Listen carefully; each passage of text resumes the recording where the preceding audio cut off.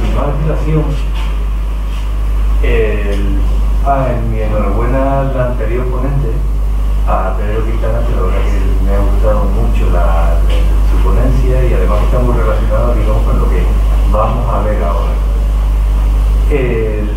Desde luego la gestión del agua es un factor clave y decisivo tanto para el desarrollo como para la salud de cualquier tipo de sociedad. En el año 2015, solamente el 71% de la población mundial tenía acceso a agua segura. No estoy diciendo todavía agua potable, estoy diciendo agua segura. Ya veremos luego qué significa. Si somos 7.700.000 habitantes en el mundo, eso significa que hay 2.000 millones de personas en el mundo que se abastecen de agua de forma continua, de agua que tiene algún tipo de contaminación. Lo que implica y lo que conlleva unas 500.000 muertes anuales, sobre todo en niños. Eso lo hemos visto, y no todo el mundo tiene las mismas condiciones higiénicas ni está igual de desarrollado. Hemos visto, hay gente todavía en el mundo que sigue viviendo en las mismas condiciones que tal y como se ha explicado en la anterior conferencia. El control de esas enfermedades transmitidas por el agua es uno de los objetivos precisamente de la vigilancia de salud pública, que es de lo que vamos a hablar. Pero antes de ello, vamos a ver un pequeño, no extenso, porque podríamos estar hablando mucho sobre ello, pero una pequeña reseña histórica, y me sumo al anterior ponente. Por supuesto, sin el abastecimiento de agua, pues no va a progresar nunca las civilizaciones. Todos los establecimientos de civilización siempre han estado al lado de los cursos de agua. O hay agua o no hay civilización. Siempre ha funcionado así. La potabilización empezó, pero claro, traían enfermedades y provocaban enfermedades. Esto se sabe desde hace mucho tiempo.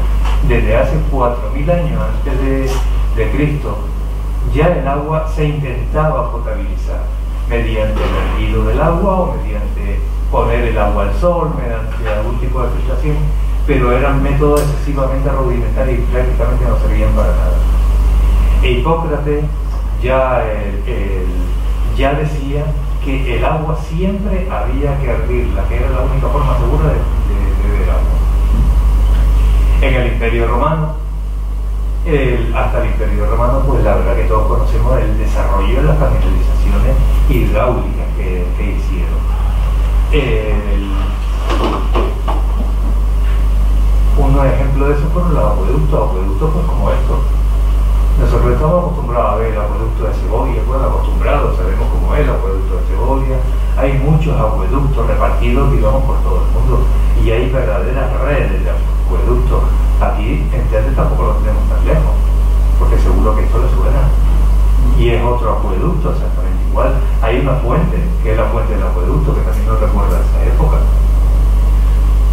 El primer suministro de agua potable que existió en el mundo fue en 1804 en Escocia. En 1806 se sumó París. Lo que pasa es que el de París no funciona muy bien porque era un sistema de filtración que el agua quedaba retenida en los filtros durante 12 horas.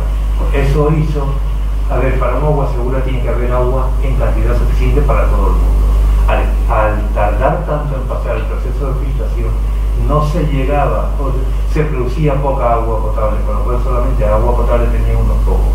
La inmensa mayoría de la población tenía que abastecerse de agua con algún tipo de contaminación. Y en 1827 James Simpson ya inventó un filtro de agua para purificarla. Pero ese sí que fue el primer sistema efectivo utilizado con fines de salud pública. Y estamos en 1827. Eso fue, a nivel de historia, en realidad fue el otro. Pero cuando el agua de verdad se convierte en un auténtico problema, no era de las fechas que estamos hablando, sino que fue con la llegada de la revolución industrial. La revolución industrial fue una época entre el siglo XVIII y XVII más o menos. Se produjo en Inglaterra porque debido a una serie de descubrimientos tecnológicos que propiciaron digamos, la industrialización. De forma resumida, esa industrialización se debió sobre todo a tres factores. Uno era que esta serie de avances tecnológicos no significa que la gente se le alumbrara la bombilla a partir del siglo XVIII. Ya les pasaba, ya había digamos, descubrimientos buenos, no solamente en relación al agua, sino en muchos aspectos, desde el siglo XVI. Siglo XVI es el Renacimiento, justito antes de la Revolución Industrial. Lo que ocurre que todos esos avances científicos fueron lastrados por las epidemias constantes y por las guerras constantes. Siempre estaban en guerra, lo cual no permitía, digamos, la dispersión de esos conocimientos y tampoco permitía el crecimiento demográfico. El que fue nulo entre 1500 y 1800, no hubo crecimiento demográfico. Además, la revolución industrial nace, y hay que tenerlo en cuenta, de una necesidad. Entre 1803 y 1813 tuvieron lugar la guerra napoleónica. Estas guerras napoleónicas hicieron que muchos productos y materias primas necesarias no llegaran. Se acabó el suministro de todas esas materias primas. No se podía avanzar, aunque nosotros tuviéramos, aunque en esa época si tuviéramos un avance tecnológico, no se podía desarrollar.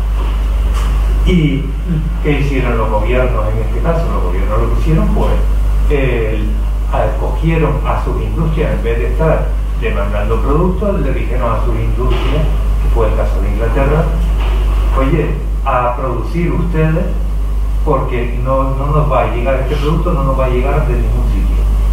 Y entonces asusaron a sus industrias y sus industrias empezaron a producir. Y además, un otro factor, la verdad que influyó mucho, fue que después de la guerra napoleónica, entre 1815 y 1914, no hubo ninguna gran guerra. Entre la guerra napoleónica y la Primera Guerra Mundial, prácticamente hubo ausencia de guerra. Y eso propició lo que a continuación vamos a ver. Perdona que me toque siempre la mascarilla, pero es que se me empaña la gafa cuando hablo.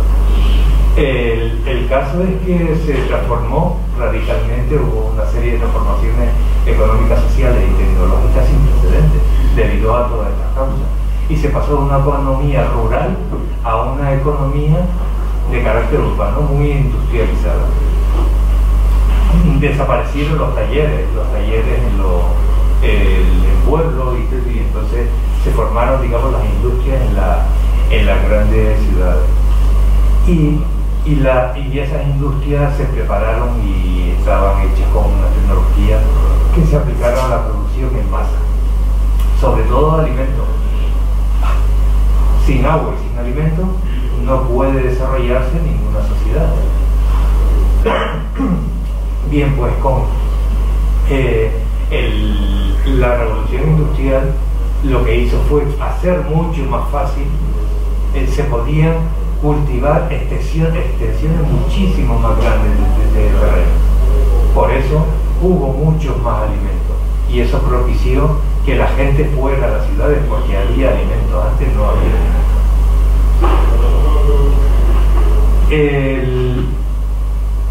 Quizás uno de los inventos que más influyó en todo este tiempo fue la máquina de vapor, que inventó en 1774 James Watt. La máquina de vapor no es solamente para transporte, servía para hacer telares, o sea, todo funcionaba con máquinas a vapor.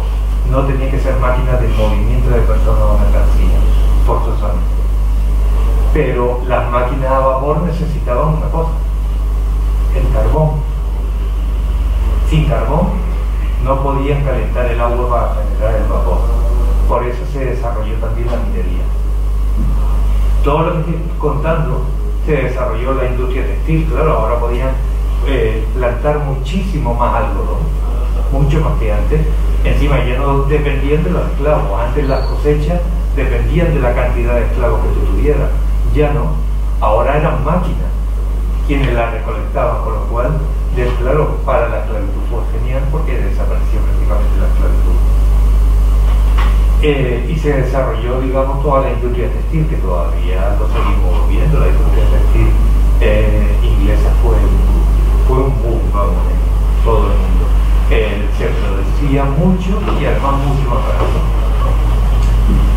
El siguiente problema que hubo que solventar era, ahora que Inglaterra está produciendo mucho, hay que darle salida, porque el mercado interior no daba para eso. Entonces tuvieron que desarrollar los transportes, los barcos, que me fueron a mejor cuando descubrieron la hélice, y sobre todo el ferrocarril. Perdón.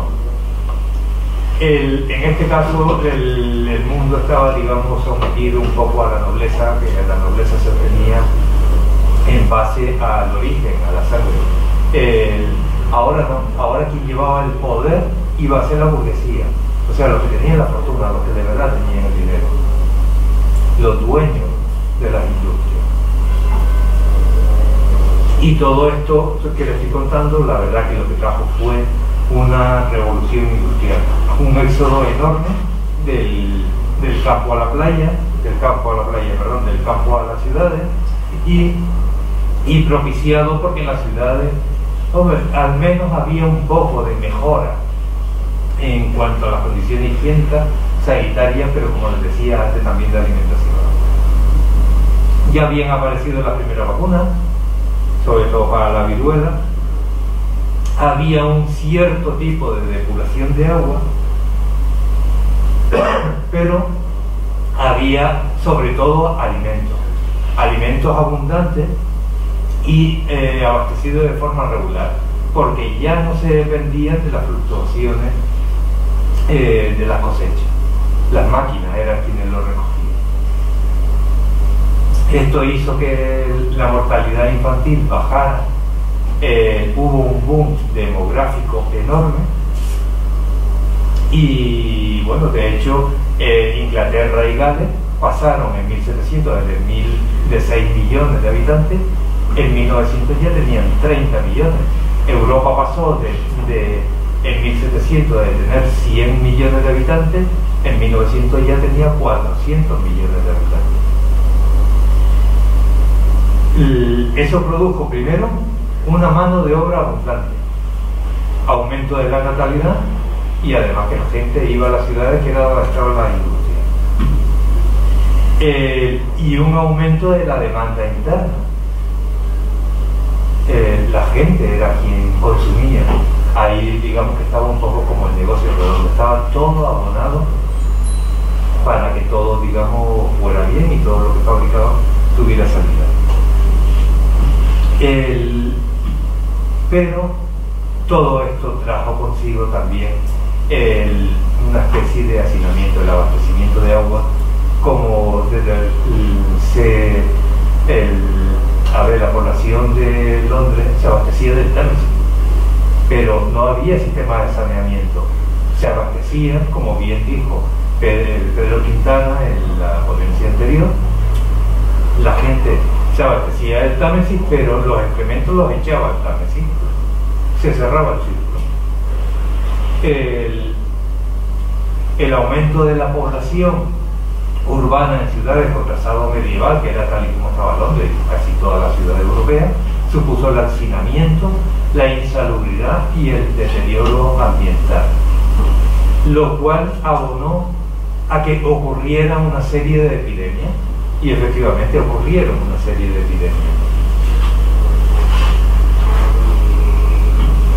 Y aquí nos aparece digamos, uno de nuestros protagonistas, Jon Snow.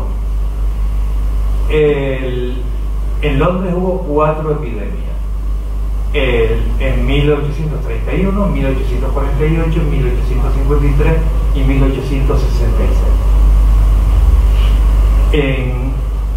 John Snow era un médico que nació en 1813, un brillante médico inglés que desde temprano destacó por el agudo sentido de la observación, por el razonamiento lógico, pero sobre todo por la perseverancia.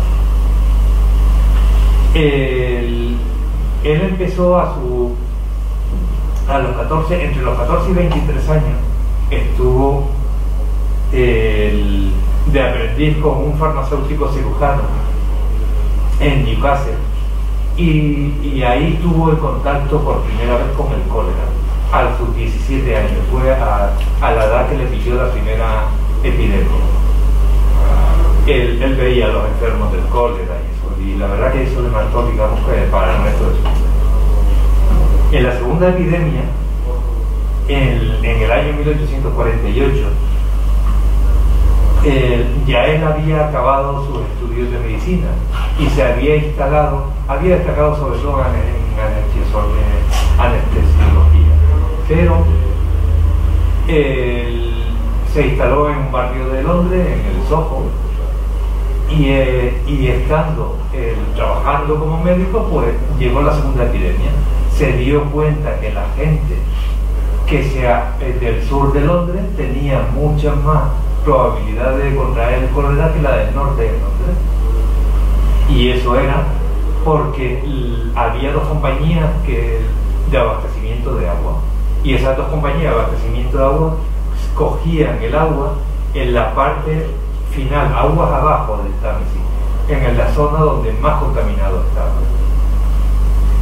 Él hizo, digamos, sus estudios y dijo que el cólera estaba producida por una materia mórbida que se eliminaba por las heces y que se iban al río, y la gente bebía eso del río, el agua del río, porque iban a enfermar.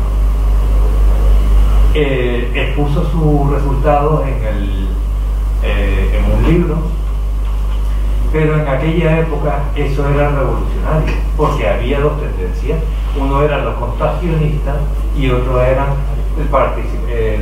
compartían la teoría miasmática. Pues los contagionistas eran los que decían que simplemente había que evitar el contacto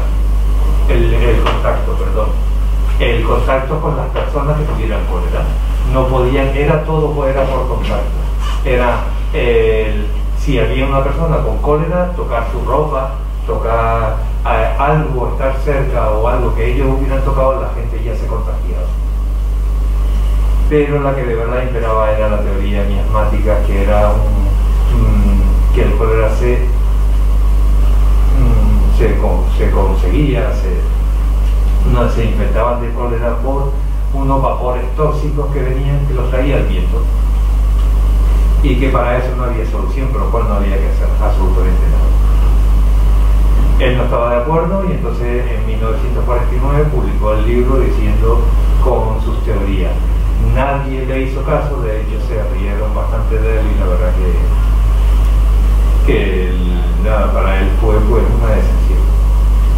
A todo esto llega la tercera epidemia. La tercera epidemia llegó solamente 5 años más tarde, pero con una diferencia: que una de las dos compañías de agua se había trasladado aguas arriba a una zona donde no estaba contaminada. Al no estar contaminada, él dijo: bueno, pues ahora para mí esto es como una especie de experimento. Los que se abastecen de esta compañía de agua, que está aguas arriba, no deberían tener cólera, mientras que los de aguas abajo pues sí deberían tener cólera. Y efectivamente, y fue así. Él lo hizo, digamos, y él lo demostró. Aquí viene hasta los datos que él pudo sacar, y su estudio, en realidad todo eso esto es parte de su estudio, pero su verdadero estudio vino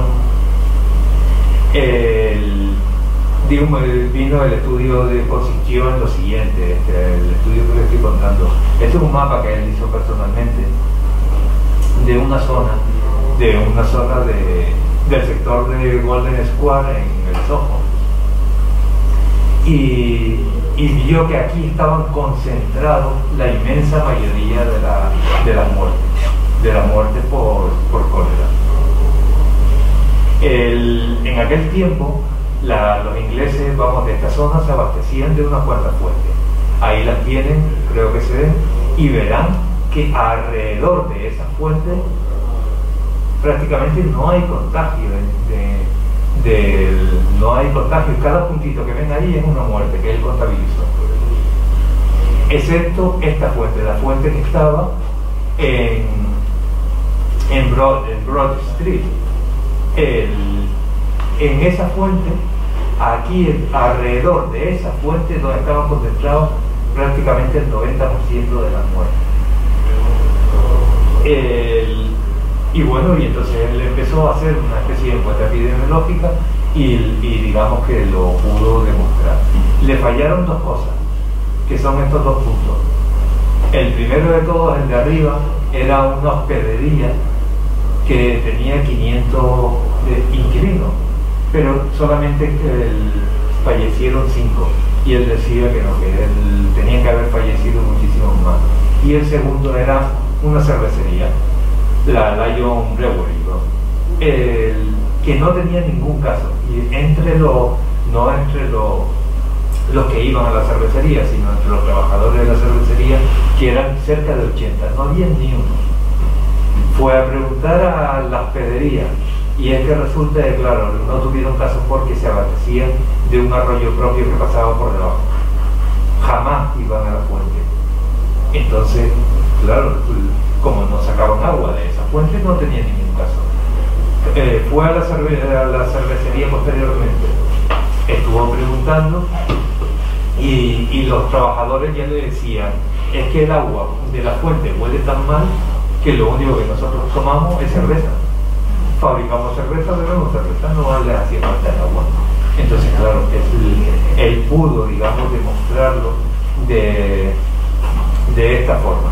Ahí, esta fuente de aquí sigue existiendo en la actualidad, está colocada en el mismo sitio. Las autoridades en ese momento le hicieron caso cuando él demostró, digamos, su estudio, y remozaron la palanca de la fuente, captaron la palanca, por lo cual nadie podía sacar agua. Y bueno, cada 8 de septiembre, todavía se sigue haciendo cada 8 de septiembre, la John Snow Society sigue haciendo un acto que celebran en la cervecería de esa que les decía antes. Hoy día se llama la cervecería John Snow, que es esta de aquí, está ahí al lado, y lo celebran, digamos, ahí.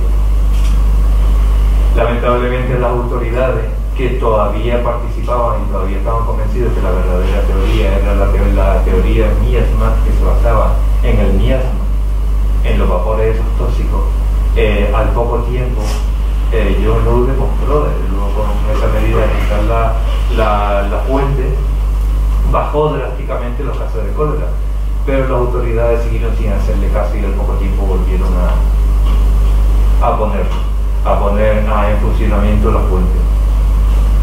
Con lo cual hasta así llegó al día de su muerte, que fue en 1858, y no consiguió, digamos, demostrar nada. Su teoría tuvo que esperar a la cuarta epidemia. Él ya había fallecido, que fue en 1866, y ahí en esa época las autoridades sí le hicieron caso y empezaron a vigilar un poco más el agua. Pero fue un poquito más tarde, pero todo esto después de su muerte, cuando aparece Louis Pasteur. Y Louis Pasteur demostró que los microorganismos presentes en el ambiente eran los causantes de este tipo de enfermedades. La teoría microbiológica fue cuando apareció. Y 30 años más tarde, 3 décadas más tarde, el Robert Koch fue el que aisló por primera vez el Vibrio cholerae, la bacteria que causa el cólera, y la aisló en el agua, que era exactamente la materia mórbida que estaba defendiendo que estuvo defendiendo toda su vida John Snow. Lo que demuestra que el agua puede ser vehículo digamos, de enfermedades, y que pueden producir brotes epidémicos importantes. Algo que nos conduce un poco a la siguiente diapositiva, que ya sabemos, ya hemos llegado a que en el agua puede haber bacterias que pueden causar enfermedades. Bien, ahora nos toca saber, si ahora lo sabemos, cómo se luchaba en aquel momento. Primero, los primeros métodos basados para potabilizar el agua estaban basados en la filtración, y rara vez servían. Lo que hacían de verdad los suministros de agua potable en aquella época, a lo largo de todo el siglo XIX, en realidad expandieron enfermedades. Había poca higiene y seguía habiendo poca higiene. En cuanto a los métodos basados en la filtración, los más habituales en Europa eran estos, en mitad de las plazas. Aquí hay algún caso, aquí en Canarias. En la península hay muchos, pero la mayor parte de ellos está por Europa. Que en mitad de las plazas se ponía una especie como de fuente, y esto es arena. El agua se colaba por aquí y entraba, digamos, por la parte baja, pero ya llegaba filtrada, y la gente sacaba agua, pues, digamos, de los pozos de esta. Pero en realidad hoy día están asfaltados, pero antes era arena. Esto es, por ejemplo, lo que les estoy enseñando, hoy día sigue estando en Venecia, pero nuestra geografía está llena de estos tipos de artículos. Bien,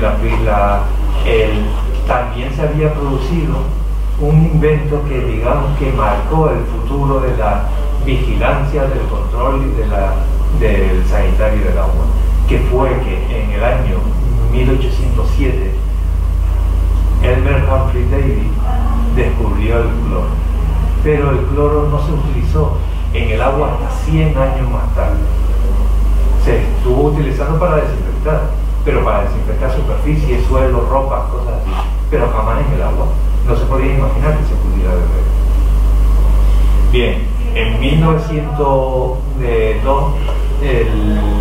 la primera planta de cloración permanente en Bélgica. En 1905, tras una epidemia de tifus en Lincoln, Inglaterra, se empleó ya el hipoclorito cálcico. Nosotros solemos emplear el hipoclorito sódico, pero el cálcico también. En 1908, John Lear mezcló hipoclorito cálcico en el pantano de Punto, que abastecía la ciudad de Jersey, en Estados Unidos. Él era un médico que lo que hizo fue aumentar, vio que aumentaban las enfermedades. Como él sabía de los estudios que ya habían hecho en Europa, dijo, bueno, en el pantano de Punto, que es de donde se abastece en Jersey, fue a escondida, porque no le dejaba, echó hipoclorito cálcico y lo estuvo echando durante meses. Bajó radicalmente, bajaron las enfermedades, y al final lo contó después de cerca de 8 meses. La verdad es que le dijeron de todo. Hoy día se sigue conociendo como el médico que envenenó el pantano, y cayó, digamos, en el olvido. Fue, digamos, degradado, y nunca le reconocieron, digamos, lo que hizo.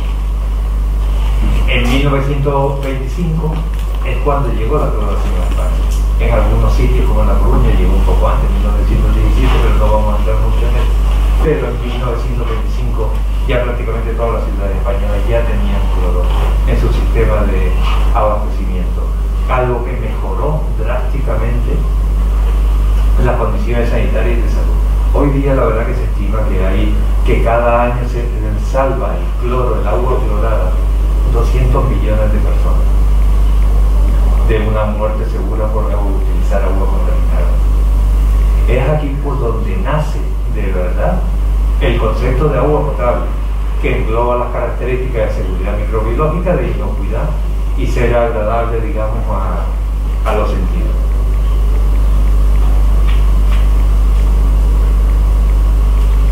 En cuanto al ciclo del agua, a ver, el agua es un producto, digamos, natural, que nosotros modificamos a nuestro antojo para adaptarlo a nuestras necesidades, pero tiene su ciclo. Es nuestra gran viajera, está continuamente viajando en sus tres estados, líquido, sólido y gaseoso. No se forma más agua de la que hay. El agua no se forma, siempre vamos a tener exactamente la misma. Pero es que lo que es peor, que siempre vamos a estar utilizando la misma agua, que es el agua de nuestro entorno. Hay un montón de agua en el fondo del mar, o en los grandes, o en los polos, pero no tenemos acceso a ese agua. El agua tiene que ser barata para poder recurrir a ella. Entonces siempre lo cogemos de nuestro entorno. Siempre vamos a estar ligados a un 1% del agua que está a nuestro alrededor. Y casualmente ese 1% del agua que nosotros más contaminamos. Con lo cual tenemos que estar tratando ese agua para quitar la contaminación que estamos generando continuamente. Ese es como el verdadero ciclo del agua, que ya no está natural. Pero ¿cuánta agua tenemos que formar? Porque tenemos que hacer cálculos. ¿Cuánta agua necesitamos? Nosotros necesitamos, a ver, hay una población residente, solamente lo voy a poner en el caso de Gran Canaria. Hay una población residente en Gran Canaria de 850.000 habitantes, pero tenemos que contar con 100.000 habitantes más que son nuestros turistas. Hoy día no, pero el año pasado sí, hasta el año pasado. Los tenemos de forma continua. Y el año pasado nos visitaron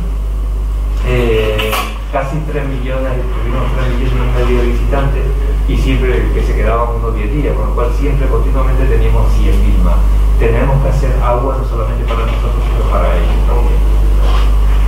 Total, tenemos que tener recursos para 1 millón de personas. ¿Qué cantidad de agua necesitamos? El cálculo para los residentes, que nosotros gastamos 150 litros de agua al día. Antes dijo Pedro Quintana que eran 5 litros de agua al día. Bien, pues ahora cada uno de nosotros gastamos 150 litros de agua diario. No significa que todos los gastemos, porque podemos estar pensando, es que yo no me gasto tanta agua. A ver, sí, porque hay cosas comunes, no es lo que nosotros gastamos solo de forma personal, sino también en la zona común de nuestra vivienda, de nuestro edificio, de nuestras ciudades. Hay del que gastamos en regar nuestros huertos, o si tenemos piscina. Hay que mantener muchísimas más cosas, limpiar las zonas comunes que no vive nadie, no sé, la biblioteca, el museo, todo ese agua que se gasta, que es agua de consumo humano, hay que sumarla de alguna forma. Entonces, haciendo el cálculo, son 150 litros por habitante y día. Hay que contar que los turistas no gastan esa cantidad, porque los turistas necesitan mucho más agua, gastan muchísima más agua en alimentación, en piscinas, que se evapora el agua, hay que reponerla. Entonces a ellos se le calcula aproximadamente por 400. Pero además del ciclo natural, tenemos un ciclo urbano del agua. Y en ese ciclo urbano también me quedo en Gran Canaria. Vamos a ver simplemente, porque cada parte, cada uno de estos pasos va a influir hay que vigilarlo, porque cada uno va a influir en la salud. La producción de agua de consumo en Gran Canaria ahora mismo es de 150 hectómetros cúbicos al año. Estos son 150 millones de metros cúbicos al año. Se saca de los pozos y galerías prácticamente el 50%, y tener en cuenta que solamente en Gran Canaria hay 137 desaladoras. el 60%, 60-65% se convierte en aguas residuales. No todo, porque hay parte que pasa a evaporación, por ejemplo. No todo es agua residual.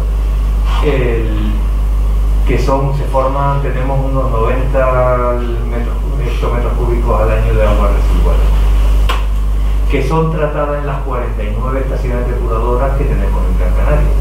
Y de ahí, una parte, 60, casi la mayoría, va a los vertidos, se vierte al mar. Lo vertimos al mar mediante las 96 conducciones de vertido que tenemos, de las cuales 19 son emisarias submarinos, pero otras se regeneran, se reutiliza ese agua, que cada vez más, cada vez se reutiliza más.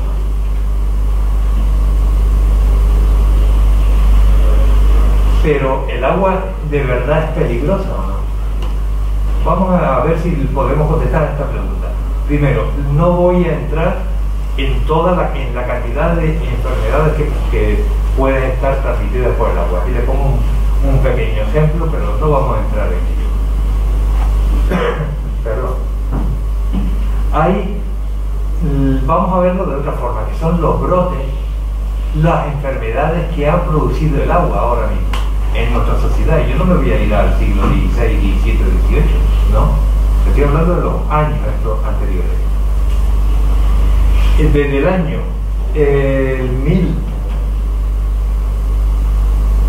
1997, que es cuando empezamos el registro, ha habido 14 brotes. 14 brotes por toxinfecciones, por tomar agua contaminada.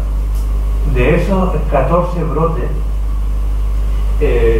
aquí este año hubo 3, en el 98 hubo 1, en el 99 hubo 3, bueno, pues así. Y en la parte de abajo son la cantidad de personas afectadas por esos brotes.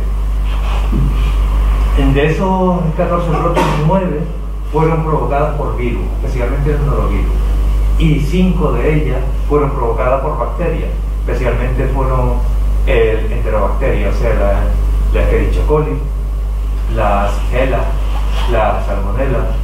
El enterobacteria significa que vienen de nuestras propias heces. La cantidad de afectados totales que hubo por todas estas fueron 1.685 personas, no murió ninguna, solamente hubo que hospitalizar a 48 en todos estos brotes. Pero además otra cosa, un único brote que fue en el 99, uno de ellos que fue en Tenerife por norovirus, afectó a casi 900 personas, un único brote. Para ver un poco la repercusión de esto, porque nosotros muchas veces sabemos que hay brotes, pero brotes de origen alimentario. Y les aseguro que los brotes de origen hídrico, que tienen el origen en el agua, son muchísimo peores que los brotes de origen alimentario. Solamente tienen que ver esta gráfica, esta tabla. En esta tabla, a ver, el anterior, el 14 brotes desde el año 1997. Desde el año 2007 no tenemos ni uno solo.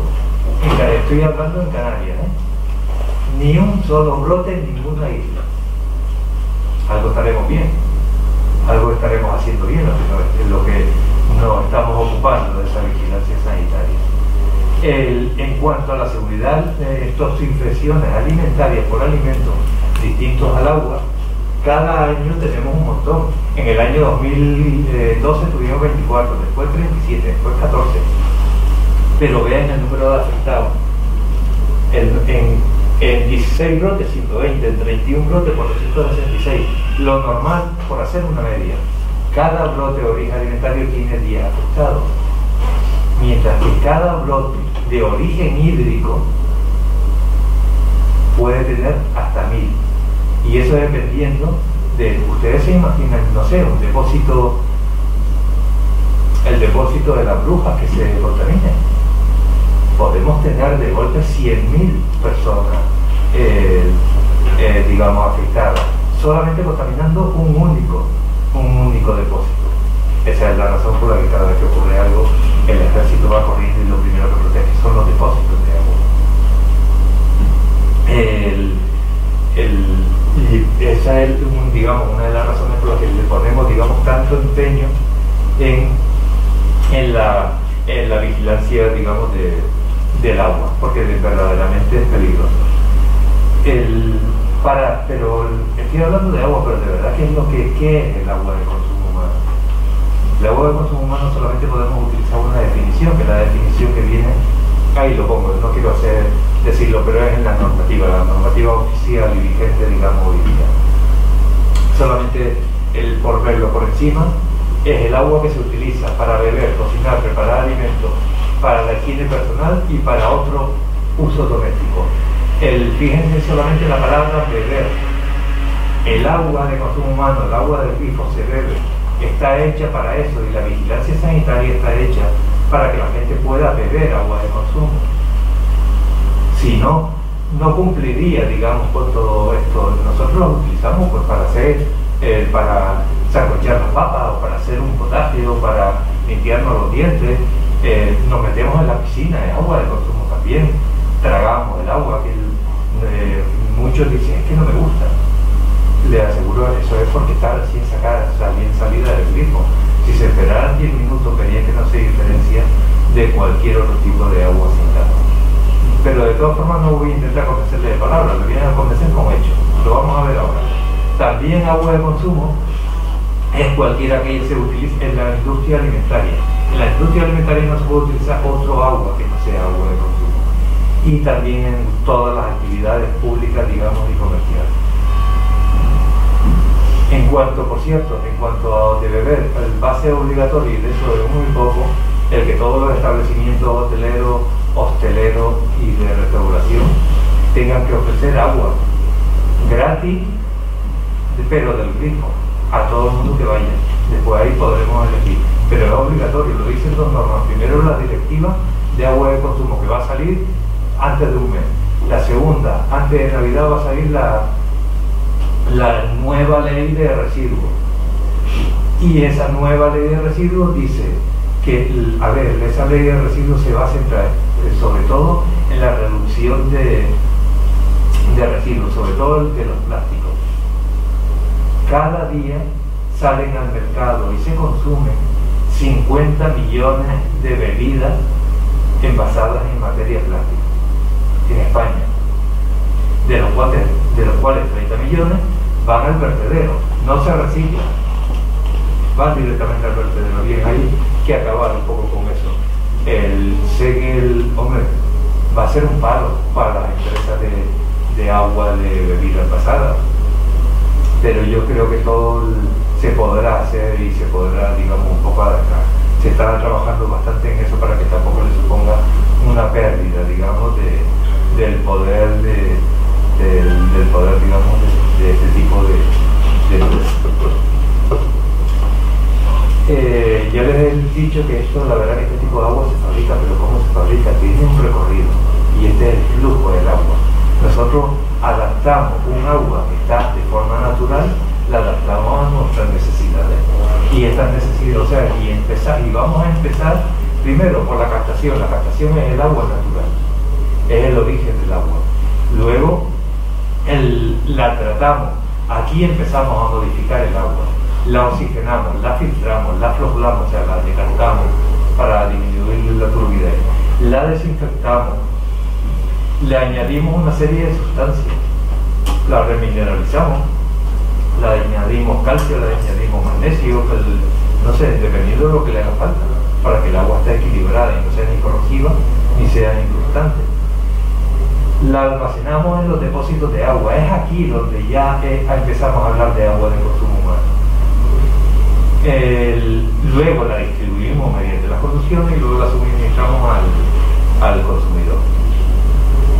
El control sanitario se realiza a la calidad del agua, o sea, el control sanitario se le realiza al agua, pero también a las instalaciones, que son las conducciones, que son los depósitos que a toda la red de distribución se realiza absolutamente a todos, no solamente, digamos, al agua, que además se complementan con otro tipo de información como la demanda de agua, o sea, los caudales que hay, los boletines analíticos, las denuncias que hay, digamos, de los usuarios. Bien, al final lo que tenemos que tener es agua salubre y limpia. Y agua salubre y limpia, para entender esto, es que no contiene microorganismos, parásitos, sustancias en cantidad que puedan suponer un riesgo. El agua jamás puede suponer un riesgo. Pero para eso tiene que cumplir unos criterios, unos requisitos de calidad que vienen, digamos, en la normativa. La normativa, que es un real decreto, que tiene unos 53 parámetros que están divididos en 4 partes. Una es la parte microbiológica, luego está la parte química, luego está la parte de indicadores y luego está la calidad radioactiva, ¿sí? También nosotros medimos la radioactividad del agua, porque el agua también tiene radioactividad. Y hay partes que como superen, digamos, la radioactividad, y mucho más en Canarias, que somos de origen volcánico, y hay partes que tienen que el agua y la tierra es radioactiva, no a niveles peligrosos, ni mucho menos, pero estamos hablando de agua, algo que vamos a ingerir. Nosotros con nuestro trabajo lo que hacemos es asegurar que el agua sea segura sanitariamente. Entonces, aunque esto no haga daño, pero nosotros tenemos que bajar mucho más el nivel para asegurarlo, porque lo vamos a estar previsiblemente bebiendo ese agua, digamos, por toda la vida. Bien, y en base a esos 53 parámetros que están divididos en otras partes, podemos clasificar el agua en 4, que es apta para consumo humano, o sea que cumplen todos los requisitos, apta para consumo humano, pero con alguna no conformidad. Pero no conformidad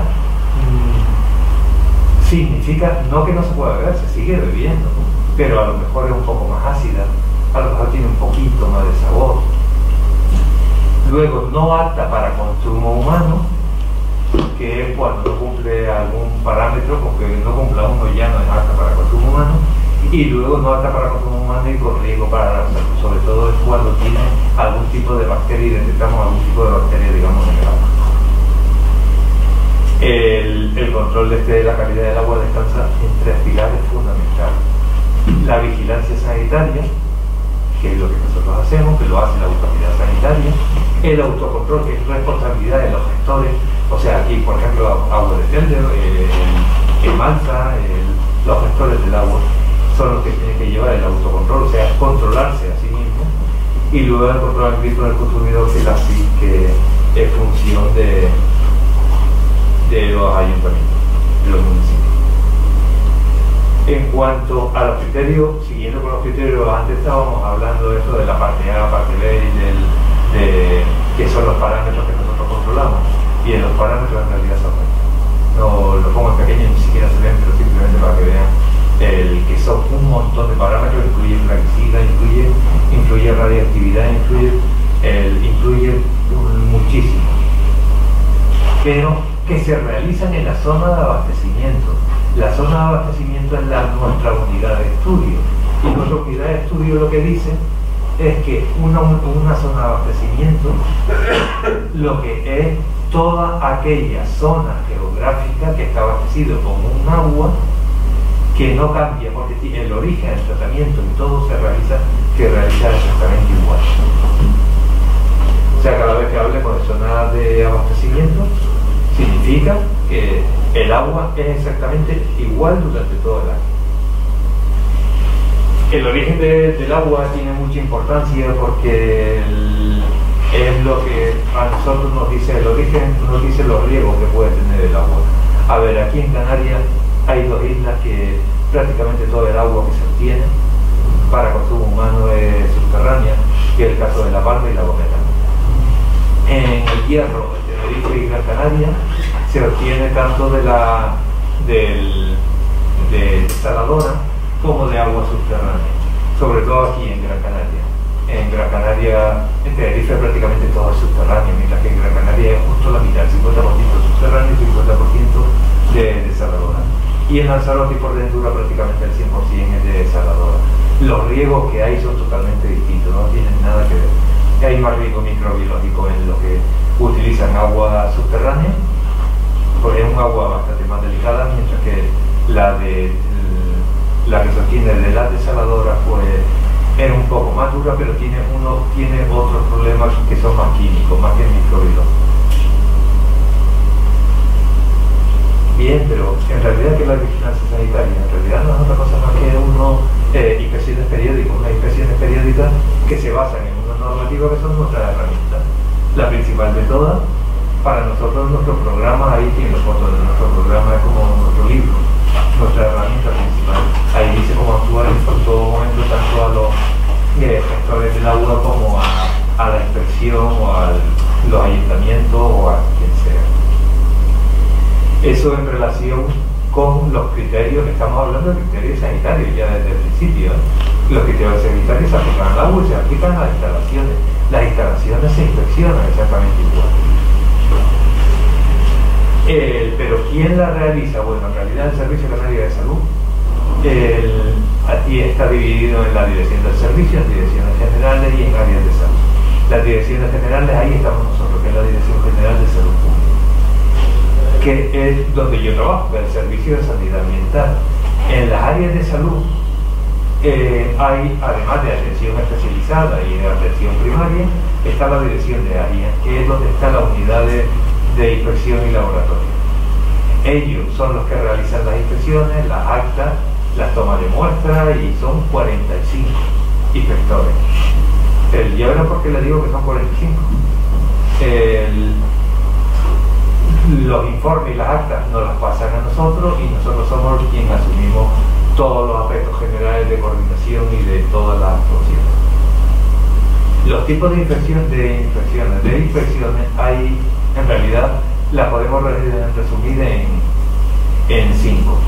Una, que son los criterios de calidad del agua, criterios de calidad, que ahí lo que hacemos es tomar muestras, llevar el control de la desinfección y hacer unos análisis de seguimiento. Luego viene la vigilancia especial de los criterios sanitarios de calidad, que son determinados parámetros que hacemos en unas campañas, pero de duración digamos determinada. Por ejemplo, queremos saber cuántos metales pesados hay en agua, entonces hacemos pues una batida. Eso es los criterios sanitarios de vigilancia especial. En cuanto al cumplimiento de gestores e instalaciones, es lo que les decía antes.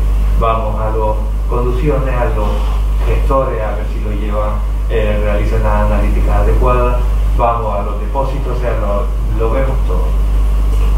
En cuanto a las variaciones de la actuación sanitaria, es porque aquí nos fijamos más en enfermedades, más que estar buscando contaminantes. Me explico. Por ejemplo, detectamos en el servicio de epidemiología que hay en determinadas zonas de Tenerife, es caso real, además lo que les cuento, que hay un aumento de fluorosis dental en niños. ¿Qué hacemos? Pues mirar, analizar las aguas de la zona, y efectivamente, ¿por qué? Porque lo que estamos buscando es flúor. En el sur de Gran Canaria ha aumentado la hipertensión, pues algo que todo el mundo beba, pues agua. Porque a lo mejor ese agua tiene demasiado cloruro o demasiado sodio. ¿Qué es el cloruro y el sodio? ¿Sabes? Lo que todos los médicos le dicen a los que tienen hipertensión que no pueden tomar. Y dicen, vale, no, yo no toco el salero, pero me estoy echando agua, que también lleva sal. Y luego las notificaciones de los resultados, porque hay que notificarlo, digamos, a un sistema de información nacional de agua de consumo.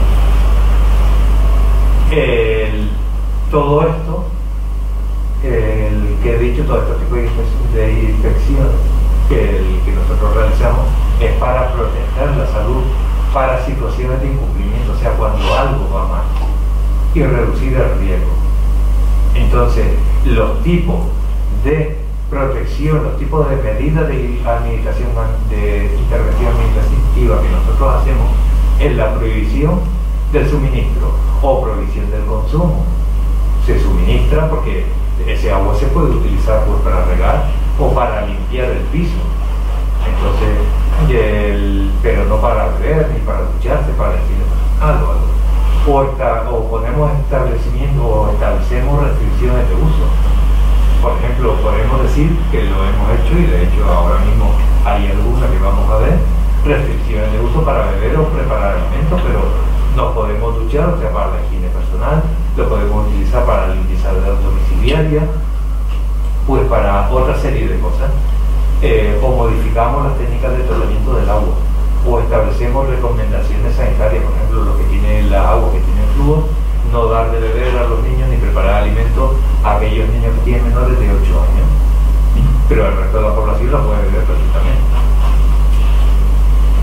Pero todas esas restricciones hay que comunicarlas a la población, o sea, no podemos tener, venga, yo esto lo sé, me lo guardo para mí, no, y lo ponemos en público.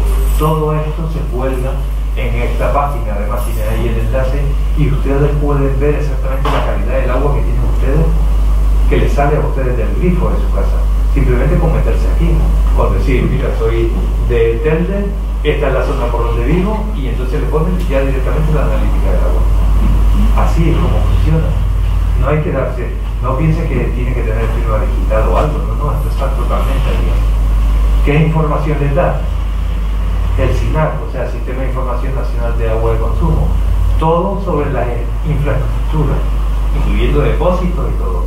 El control, todos los controles que se le hacen a la calidad del agua y todos los datos administrativos del sector que a ustedes le abastecen. Vamos a ver algún dato, recopilando solamente algunos datos, y no me voy a extender de verdad mucho más. Zonas de abastecimiento en Canarias hay 604, pero en toda España hay 10.397. La verdad que nosotros tenemos un montón, porque esto sí que no es normal. El tener tantas zonas de abastecimiento, que significa tantos tipos de agua en Canarias, vamos, en este caso en Gran Canaria o en Tenerife. En Telde hay 15 tipos de agua distintos. Y dependiendo de dónde se viva, la calidad va a ser distinta. Vamos a compararlo para que vean ustedes y puedan ver lo que supone esto. Madrid, más de 3 millones de habitantes. El centro de Madrid tiene 10 zonas de abastecimiento. Y Barcelona tiene 3. Le estoy hablando del centro, no de la provincia. La ciudad de Las Palmas, el centro, no de los barrios periféricos, ni mucho menos, además de eso, tiene 15 zonas de abastecimiento, y Santa Cruz de Tenerife tiene 19. Esto no hace más que multiplicar, digamos, nuestro trabajo. ¿Se acuerdan que antes le decía que Tenerife éramos 15? Perdón, 45. Tenemos que hacer, Madrid, por ejemplo, tiene cerca de 300 inspectores para menos zonas de abastecimiento. El Barcelona tiene también cerca de 500, también para muchos menos que nosotros. Infraestructura, las captaciones, por ejemplo, hay 446 tipos de captaciones distintas. Tratamiento, 876, estoy hablando solamente de Canarias ahora. Depósitos, 1186 depósitos de agua que tenemos que inspeccionar. Solamente en Telde hay 22. Redes de distribución, 996. En Telde hay 17 redes de distribución distintas. Cisternas, 39. Instalaciones de agua interiores, pues 4.264. Ahora las analíticas que se le hacen al agua, análisis completo que se le hacen a las aguas de Canarias, cada año 2.524, pero análisis completo, que es un tipo de análisis de control, 9.939, controles de desinfección, que es lo que nos asegura la calidad sanitaria del agua, 181.702, controles en grifo, 2.751, análisis organoléptico, color, sabor, turbidez, color, 94.363. El 93 en 9.230 puntos de muestreo que tenemos repartidos por todo Canarias. Entre el de ahí 260. Y cada semana, muchas veces, cada día, vamos a esos puntos de muestreo de los 260 de Telde y cogemos muestras o hacemos la analítica in situ. Ahí no, todo no es coger muestra y llevarla. Muchas veces lo podemos hacer con una serie de aparatitos, lo podemos hacer, digamos, sobre la marcha. Tenemos, en el año 2019 hicimos 300.754 análisis, boletines analíticos, lo que viene a suponer cerca de 1,5 millones de determinaciones distintas. Y así todo, la calidad en Canarias, ¿se acuerdan de todos aquellos parámetros que estaban divididos en parte A, parte B, parte C y parte D? Que era calidad microbiológica, química, indicadores y radiológica.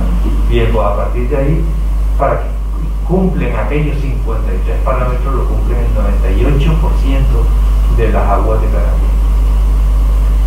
Esto salió el otro día, que es el informe del agua de consumo humano en España en el 2019. El control sanitario del agua de consumo humano siempre ha sido un objetivo prioritario para la salud pública. Y aquí la verdad que no lo tomamos muy en serio. Si no, miren esta diapositiva. Durante 2019 en toda España se notificaron 3.070 infecciones sanitarias del agua en España. De esas 3.070, Canarias hizo 1.925 inspecciones. O sea, el 62% de toda España de la inspección la hicimos nosotros. Y salió favorable todo al 100%, a nosotros el 88,3%. Antes le había dicho el 98%, no, sigue siendo el 98%, pero hay veces que a lo mejor es una rejilla de un depósito que ahí, claro, el agua sigue estando bien, hacemos las analíticas, pero como esto también es la inspección, digamos, de la instalación, hay algo con una parte de la instalación que no está del todo bien. Aquí, digamos, no vamos a entrar mucho en esto, pero aquí pueden ver perfectamente un poco los resultados de todas las analíticas, de todas las inspecciones, digamos, de Canarias. Aquí el 98% de toda el agua de Canarias, yo les digo que está en perfectas condiciones, alta y sin ningún tipo de problema. Pero claro, falta el 2% restante. Y del 2% restante también les voy a hablar, que son las restricciones al uso del agua. O sea, en los lugares, aquellos lugares donde el agua a lo mejor no está tan bien. Tenemos problemas con fluoruro. Eso lo tienen todas las regiones que, digamos, que son de origen volcánico, el fluoruro. Está sobre todo está en Tenerife. Hay algunos también en Gran Canaria, también está un poco en Mogán, en San Bartolomé, digamos la parte sur. Pero no significa en todo San Bartolomé, sino en una zona de abastecimiento de ahí. Pero no quería entrar, digamos, en más. El boro solamente está en aquella agua que tiene origen la desaladora, solo, porque el boro está en el mar, no está en la tierra. Entonces, ¿dónde va a estar? O en Tenerife, o en las islas donde se obtiene agua por desaladora, que es Gran Canaria, que es Fuerteventura y el Lanzarote. En este caso solamente está en Fuerteventura. Los nitratos vienen de contaminación un poco por fertilizantes. Entonces está en Tenerife, no se ve bien, pero hay una parte aquí que está en verde.